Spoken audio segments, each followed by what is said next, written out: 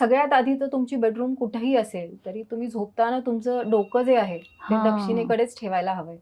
उत्तरेला डोकं अजिबात ठेवायचं नाही. ठेवायचं नाही, म्हणजे चालतच नाही. दक्षिणेला शक्य नसेल तर पूर्वेला ठेवा, पूर्वेलाही शक्य नसेल तर पश्चिमेला ठेवा. पण फक्त दक्षिणेकडे हा, उत्तरेला ठेवू नका, ठेवू नका. उत्तरेला ठेवू ठेवू नका. नका. ओके. मग दुसऱ्या अशा रेमेडीज आहेत की हा. जर कुठल्या डायरेक्शनला तुमची बेडरूम आहे त्याप्रमाणे तुमच्या बेडरूमचं फर्निचर तुम्ही चेंज करू शकता, कलर कॉम्बिनेशन चेंज करू शकता, काहीतरी एलिमेंट्स आणू शकता. म्हणजे वेगवेगळे धातू जे आहेत, iron, copper, stainless steel, lead, असे त्या त्या डायरेक्शन्स नुसार वापरले तर एनर्जी अगदी एनहान्स होते.